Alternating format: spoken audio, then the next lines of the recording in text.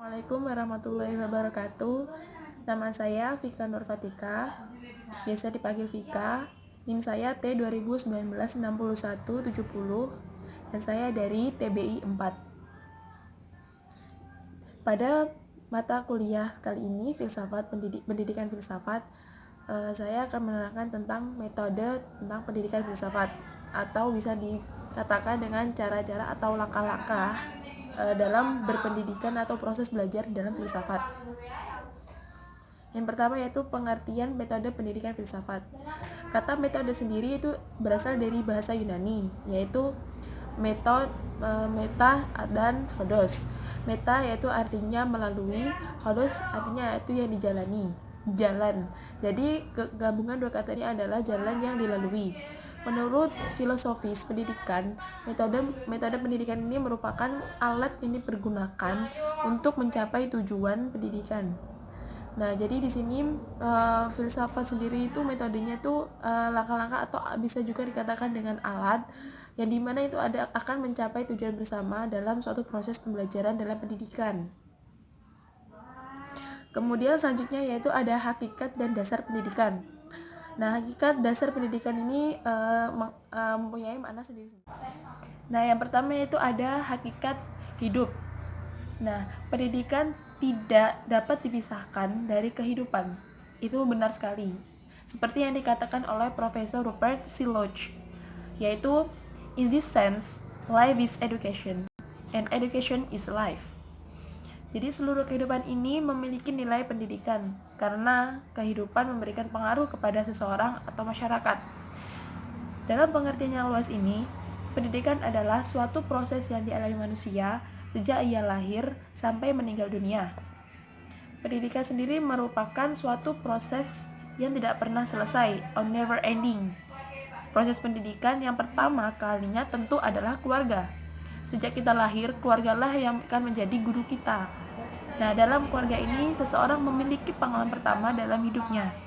Setelah manusia memasuki pendidikan selanjutnya, yaitu masuk dengan sekolah atau fase schooling, sebuah fase kehidupan yang dialami seseorang di sekolah atau lembaga formal dan seterusnya, sampai pada akhirnya mereka akan melanjut ke jenjang perkuliahan, yang dimana ini adalah jenjang pendidikan terakhir mereka.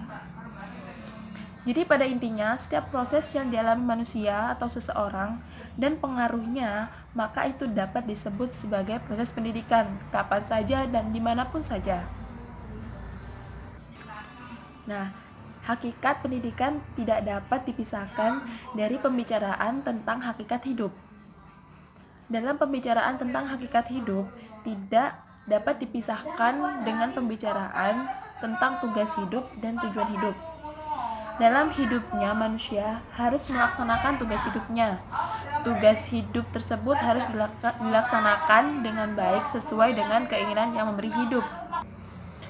Kemudian dalam ajaran Islam, Islam pun mengakui ada dua kehidupan, yaitu kehidupan di dunia dan kehidupan di akhirat. Kehidupan dunia artinya kehidupan jangka pendek yang segera, kini, dan di sini.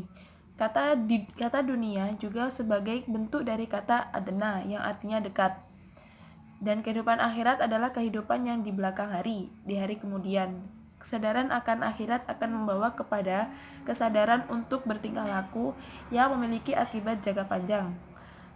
Kesadaran akan hal yang demikian akan muncul jika ada waktu yang intrinsik, yaitu takwa. Kesadaran inilah yang akan membawa kesuksesan sejati. Kemudian yang kedua yaitu pendidikan, hakikat pendidikan.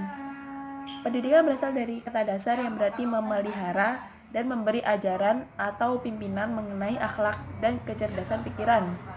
Dengan adanya ini berarti menunjukkan pada perbuatan, hal atau cara tentang mendidik seseorang atau peserta didiknya. Dalam konteks fisik, pendidikan berarti pemeliharaan badan atau fisik melalui latihan-latihan. Dan pada umumnya hakikat pendidikan ini mempunyai dua istilah yang sebenarnya hampir sama tetapi mereka berbeda maknanya. Yang pertama yaitu pedagogi dan yang kedua adalah pedagogik. Pedagogi ini artinya adalah pendidikan atau sistemnya proses pembelajaran di dalamnya. Sedangkan pedagogik itu adalah ilmu yang akan diberikan kepada seseorang di dalam suatu proses pembelajaran. Jadi di dalamnya terdapat ilmu-ilmu entah itu pendidikan umum maupun pendidikan Islamik. Nah, dan selanjutnya itu ada tadi ada hakikat dan dasar pendidikan. Nah, dasar pendidikan ini kata dasar adalah awal mula gimana proses dalam berpendidikan atau titik tolak segala sesuatu. Pengertian dasar sebenarnya lebih dekat dengan referensi pokok dari pengembangan sesuatu. Jadi kata dasar lebih dalam pengertiannya dari kata fondasi atau landasan. Karena itu, kata fondasi atau landasan dengan kata dasar merupakan dua hal yang berbeda wujudnya, tetapi sangat erat hubungannya. Oleh karena itu, ilmu-ilmu itu dapat dikatakan sebagai fondasi atau dasar pendidikan. Nah, dasar pendidikan sendiri itu secara garis besar ada 3, yaitu yang pertama adalah Al-Quran, yang kedua adalah As-Sunnah, dan yang ketiga adalah perundang-undangan yang berlaku di negara kita. Yang pertama adalah Al-Quran. Islam adalah agama yang membawa misi agar umatnya menyelenggarakan pendidikan dan pengajaran. Ayat Al-Quran yang pertama kali turun adalah berkenan di samping masalah keimanan juga pendidikan, yaitu surat Al-Alaq. Yang kedua yaitu As-Sunnah. Yang kedua adalah As-Sunnah. Nah, Rasulullah Shallallahu Alaihi Wasallam mengatakan bahwa beliau adalah juru didik dalam kaitan dengan ini. Muhammad Atiyah Al-Abarshi mengatakan, pada suatu hari Rasul keluar dari rumahnya dan beliau menyaksikan ada 2 pertemuan. Dalam pertemuan pertama, yaitu orang-orang yang berdoa kepada Allah Azza wa Jalla, mendekatkan diri kepadanya. Dalam pertemuan kedua, orang sedang memberikan pelajaran langsung. Beliau bersabda, mereka ini pertemuan pertama. Minta kepada Allah, bila Tuhan menghendaki maka ia akan memenuhi permintaan tersebut. Dan jika ia tidak menghendaki, maka tidak akan dikabulkannya. Tetapi golongan kedua ini, mereka mengajar manusia, sedang saya sendiri diutus untuk juru didik. Setelah itu beliau duduk pada pertemuan kedua ini. Praktek ini membuktikan kepada kita suatu contoh terbaik betapa Rasul mendorong orang belajar dan menyebarkan ilmu secara luas, dan suatu pujian yang keutamaan juru didik. Kemudian selanjutnya yang ketiga yaitu ada perundang-undangan yang berlaku di Indonesia. Terdapat dalam Undang-Undang Dasar 1945 pasal 29 ayat 1 berbunyi, negara berdasarkan atas ketuhanan yang Maha Esa. Kemudian ayat 2 berbunyi, negara menjamin kemerdekaan tiap-tiap penduduk untuk memeluk agamanya masing-masing dan beribadah menurut kepercayaan masing-masing.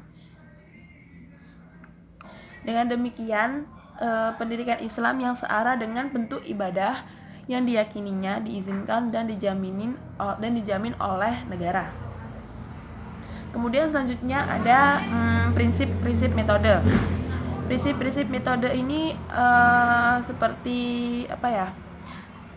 Sebab metode ini adalah merupakan sarana atau jalan menuju tujuan pendidikan, sehingga segala jalan yang ditempuh oleh seorang pendidik haruslah mengacu pada dasar-dasar metode pendidikan. Jadi antaranya ada prinsip-prinsip ini tersendiri, yaitu prinsip-prinsipnya diantara lain adalah yang pertama, memperhatikan kecenderungan peserta didik. Yang kedua, memanfaatkan aktivitas individual para peserta didik. Yang ketiga, mendidik melalui permainan atau menjadikan mainan sebagai sarana dalam suatu proses pembelajaran. Kemudian menerapkan prinsip kebebasan yang rasional di dalam proses belajar mengajar tanpa membebani peserta didik. Kemudian memberikan motivasi atau memberi motivasi kepada para peserta didik untuk berbuat, bukan menekannya, sehingga dapat berbuat dengan rasa senang. Kemudian menciptakan semangat berkooperasi atau bekerja sama antar guru dengan peserta didik. Jadi peserta didik dengan peserta didik lainnya, guru dengan peserta didik, ataupun guru dengan guru lainnya. Jadi mereka tetap bekerja sama dalam mencapai tujuan. Oke, next, selanjutnya akan menjelaskan tentang metode pendidikan. Metode adalah cara yang sudah teruji jika digunakan bagi objek pekerjaan tertentu, yakni pembelajaran yang hasilnya akan lebih efektif dan efisien. Sedangkan metodologi adalah suatu ilmu yang membicarakan cara atau jalan yang harus dilalui untuk mencapai tujuan yang menguasai komprehensi tertentu. Nah, di sini terdapat macam-macam metode pendidikan. Ada 3 macam metode, yaitu yang pertama kontemplatif, yang kedua yaitu metode spekulatif, dan yang ketiga adalah metode. Nah, di sini terdapat 3 macam metode filsafat, metode pendidikan, yaitu yang pertama metode kontemplatif, yang kedua metode deduktif, dan yang ketiga adalah metode spekulatif. Yang pertama yaitu metode kontemplatif, yaitu perenungan. Maksudnya adalah pengetahuan dari objek yang berlawanan dengan menikmati, melainkan sebagai kesadaran jiwa ke arah kesadaran diri. Merenungkan berarti memikirkan sesuatu yang tanpa harus adanya suatu objek. Jadi kita masih berpikir dan berenung tanpa harus kontak langsung dengan si objeknya.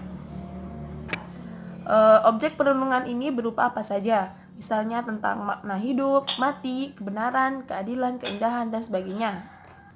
Yang kedua, yakni metode deduktif. Metode deduktif pada hakikatnya adalah metode yang rasional, dalam artian kebenaran umum yang dijadikan ukuran kebenaran yang bersifat khusus. Dalam metode deduktif ini terdapat 2 jenis premis, yaitu premis mayor dan premis minor. Premis mayor itu merupakan kebenaran umum, sedangkan premis minor yaitu kebenaran yang bersifat khusus atau kasuistik. Selanjutnya yaitu metode spekulatif. Nah, metode spekulatif ini berasal dari kata speculary, yang berarti mengamat-amati. Menurut Descartes dalam bukunya Perenungan tentang Filsafat Pertama pada tahun 1641, spekulasi ini merupakan suatu yang mendasari keraguan-raguan tentang segala sesuatu, khususnya tentang hal-hal yang bersifat material. Sifat keraguan-raguan ini dapat membebaskan kita dari berbagai macam prasangka, di mana prasangka ini dapat melepaskan akal dari pengaruh panca indera, sehingga dapat memberikan jalan sederhana atau komponen-komponen yang membentuk keseluruhan. Menurut Ahmad Janan Asifuddin menawarkan berbagai metode pendidikan Islam dalam metode spekulatif ini. Yang pertama yaitu ada pengajaran yang terdiri dari pengajaran langsung dan pengajaran tidak langsung. Kemudian yang kedua ada diskusi dan musyawarah, yang ketiga ada pemberian tugas, yang keempat ada tuntunan, yang kelima ada pembiasaan, yang keenam ada keteladanan, dan yang ketujuh ada mendidik diri sendiri dengan bertafakur dan bertadabur. Selanjutnya yaitu tujuan metode. Tujuan metode ini menjadikan proses dan hasil belajar mengajar tentang ajaran pendidikan ini, metode pendidikan ini lebih berdaya guna dan berhasil guna dan menimbulkan kesadaran anak didik untuk mengamalkan ketentuan ajaran Islam melalui teknik motivasi yang menimbulkan gairah belajar anak didik secara mantap. Next, yaitu selanjutnya adalah ada tugas dan fungsi pendidikan. Nah, tugas utama pendidikan itu adalah membimbing dan mengarahkan pertumbuhan dan perkembangan manusia dari tahap ke tahap kehidupan anak didik sampai mencapai titik kemampuan yang optimal. Kemudian fungsi pendidikan ini sendiri yaitu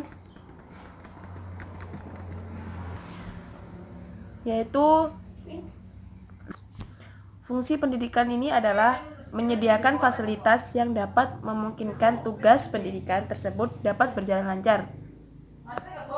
Penyediaan fasilitas ini mendukung atau bisa juga mengandung arti yaitu bersifat struktural dan institusional.